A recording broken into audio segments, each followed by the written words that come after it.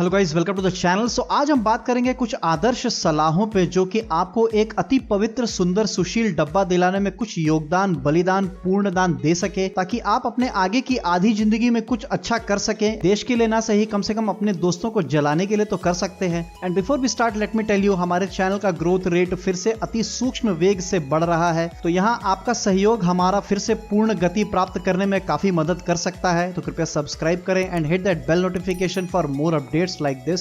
अब सलाहों की बारी। सबसे पहले फाइंड आउट कि आखिर तुम चाहते क्या हो, एक एलियन वॉर मशीन या फिर घरेलू कामकाजी मशीन। एंड बजट कितना पास हुआ है तुम्हारे फालतू के 10 दिन के एक्टिंग के बाद, क्योंकि ये दो जो चीज है वो आपका आगे सब कुछ डिसाइड करने में काफी मदद करेगा। Now point number 1, refresh rate. चमकीला 240 हर्ट्ज एंड 300 हर्ट्ज और इवन 165 हर्ट्ज की तरफ चिपकने की कोशिश मत करो। मेरे हिसाब से 144 हर्ट्ज इज इनफ, इतना काफी है आपके एंड हमारे जैसे गेमर्स के लिए। 144 हर्ट्ज से 165 हर्ट्ज में जाओगे तो तुम्हें कुछ खास फर्क मालूम पड़ेगा नहीं। So don't pay that extra for minimal effect. And अच्छा refresh rate with compatible GPU आपको कॉम्पिटिटिव गेम्स में सच में काफी बड़ा सम्मान दिलाने में काम आएगा। बट ऐसा मत करो कि लाइक 70,000 में आपको 144 हर्ट्ज मिल रहा है एंड 80,000 पे 165 हर्ट्ज या फिर 240 हर्ट्ज, देन वो एक्स्ट्रा मनी मत खर्च करो, ये वेस्ट है मेरे हिसाब से। इससे अच्छा एक अनदर रैम स्टिक ले लो या फिर एसएसडी खरीद लो। दूसरी बात, स्क्रीन पे ध्यान जरूर देना। बिलीव मी, लैपटॉप में 4K का कोई मतलब नहीं बनता। For 2021 onwards 2K is enough. 4K for best performance देने के लिए अभी लैपटॉप जीपीयूज को शायद थोड़ा और टाइम लग सकता है। तीसरी बात, एक अच्छा decent response time is important, वरना रिफ्रेश रेट का कोई मतलब नहीं बनता। वैसे एक साथ सभी कुछ मिलना एक लैपटॉप में, उसके लिए आपको काफी हार्ड चना चबाना पड़ सकता है। पॉइंट नंबर 2,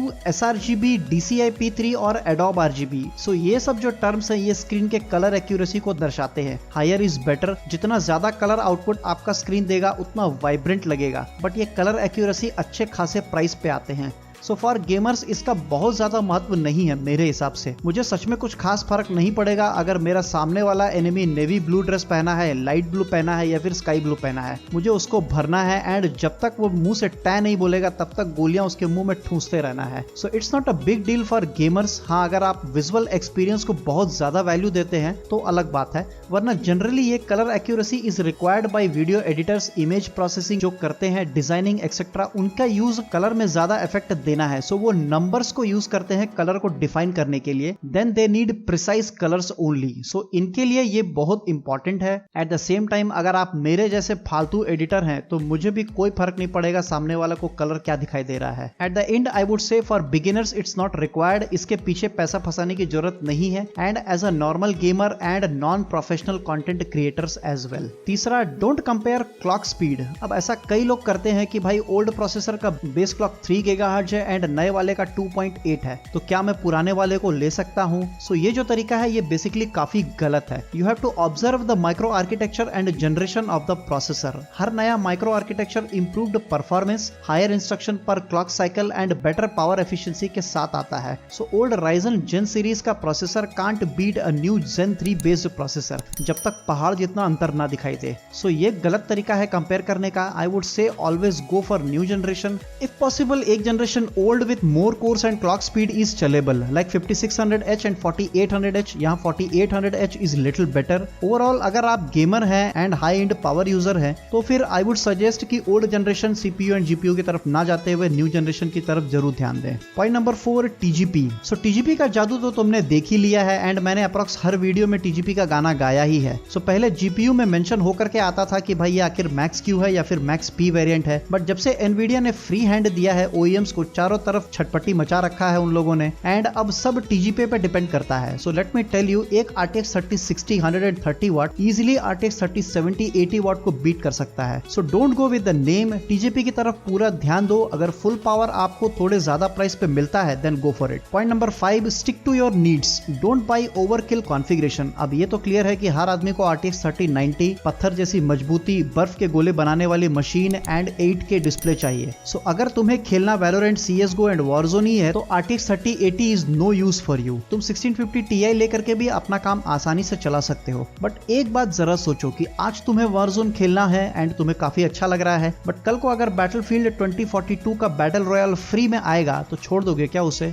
वो भी खेलने के लिए मन में लड्डू तो फूटेंगे जरूर, बट तुम कुछ नहीं कर सकते क्योंकि तुमने 1650 Ti लिया है। अब तुम्हें राम भजन करने के सिवा और कोई ऑप्शन नहीं है तुम्हारे पास। सो इन सेम वे एटलीस्ट आज के डेट का एक रिस्पेक्टेबल GPU लेकर के 3-4 साल तक शांति साधना कर सकते हो, लाइक RTX 3060 और AMD 6700। इसमें आपको न्यू जनरेशन के फीचर्स भी मिलेंगे। उससे ज्यादा RTX 3070 I would suggest only अगर आप अपने पिताजी को बहुत ज्यादा खुश करके रखे हो, क्योंकि तुमने आज पृथ्वी को एलियन अटैक से बचाया है। उस केस में तो तुम कुछ भी मांग सकते हो। ओवरऑल मैं यही कहूंगा कि बाय नाइस और बाय ट्वाइस, ये कहीं तो सुना था मैंने एंड ये काफी सूट भी हो रहा है फिलहाल तो। दूसरी बात, डोंट गो फॉर RTX 3060 अगर आप always new games, story mode, FPS, RPG etcetera खेलना पसंद करते हैं। इन गेम्स का डिजाइन बहुत ज्यादा होता है और 2 साल के बाद आई गेस 3060 भी बीच बीच में फड़फड़ाता रहेगा। सो अगर 2 साल में बस बोलने का प्लान है then it's fine with some lower settings, और एल्स अभी कॉलेज में एंट्री हुआ है एंड गेमिंग में घुसने का प्लान बना रखा है तुमने, तो भाई तुम्हारे लिए थोड़ा सोचना पड़ेगा। इवन आई वुड से कि 3050 भी काफी है अगर नेक्स्ट ईयर या उसके कुछ महीने बाद तक जाना है with currently available battle royal and multipliers game. But for now at least don't go for 1650 और 1650 Ti। अब ये आपके हिस्से का अनाज का दुश्मन बनने वाला है जल्द ही। Point number 6, compromise. It's only for tight budget people.